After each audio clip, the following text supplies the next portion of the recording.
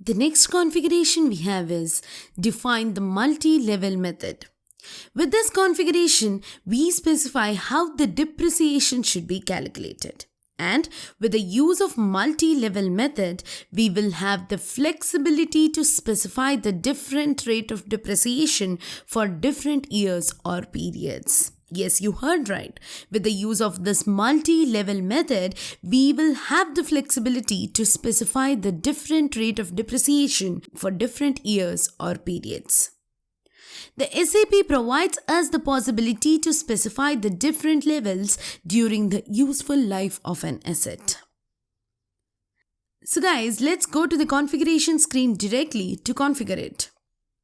The menu path is from SPRO, it is SAP Reference IMG, Financial Accounting, Asset Accounting, Depreciation, and here I'll select this Valuation Methods. Under Valuation Methods, I'll select this Depreciation key, and then I'll click on this Calculation Methods, and finally I'll click on this Define Multi-Level Methods. Okay?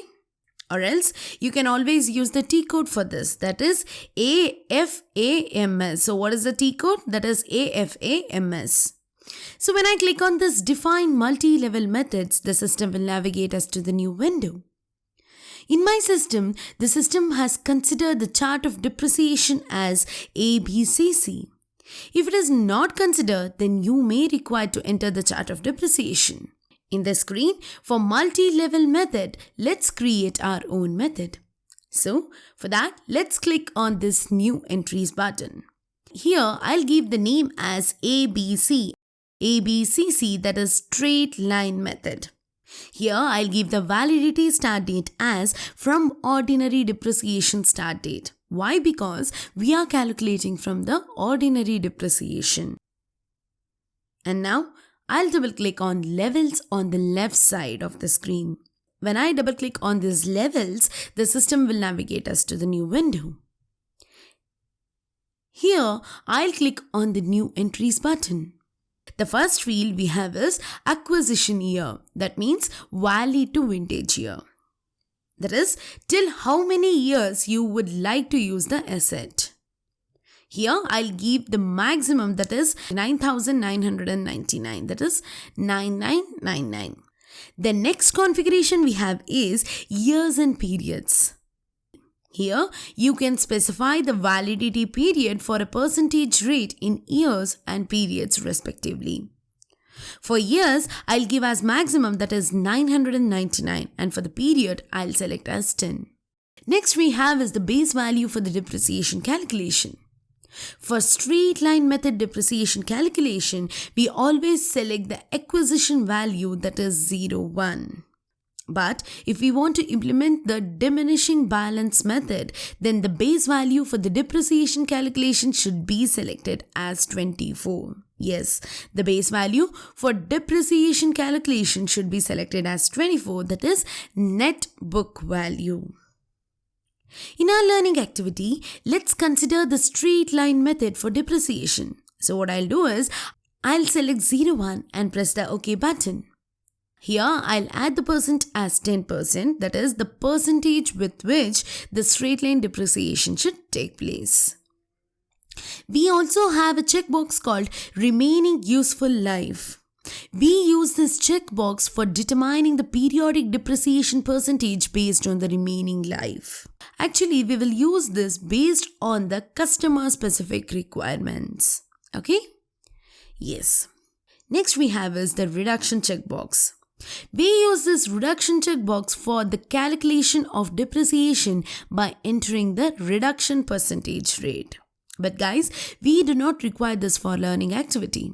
After all this configuration, let us save the changes. For that, what we have to do? We have to click on the Save button. Yes. So till now, what we have done is, we have just specified only one level with percentage of depreciation as 10 with the maximum number of useful years and periods. But in the screen, we can also define the separate percentage rate when we want to specify the different percent after a period has been expired.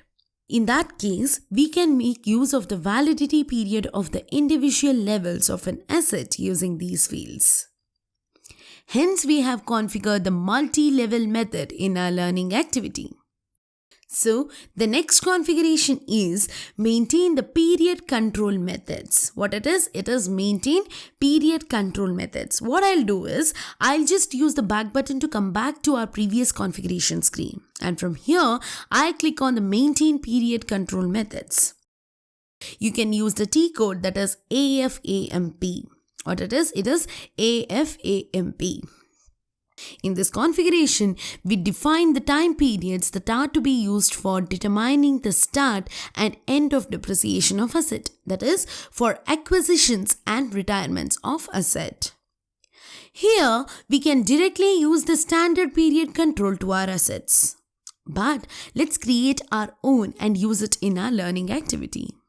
Here, what I'll do is, I'll just click on this new entries button.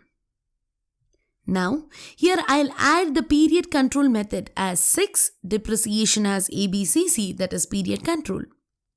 And again here, for the field of acquisition, I'll add as 01 pro rata at period start date.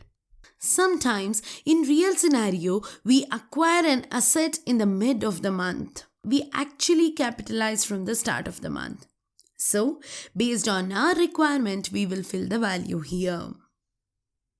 In our case, I have assigned as pro rata at period start date.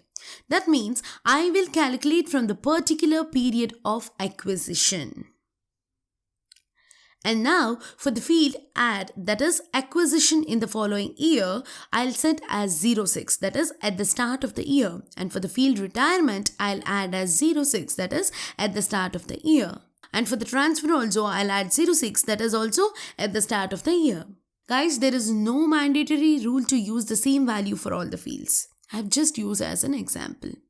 Okay?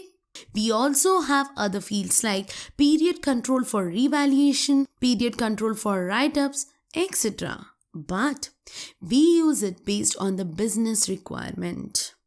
So now, to save the changes, let's click on this Save button. In this way, we define the period control methods.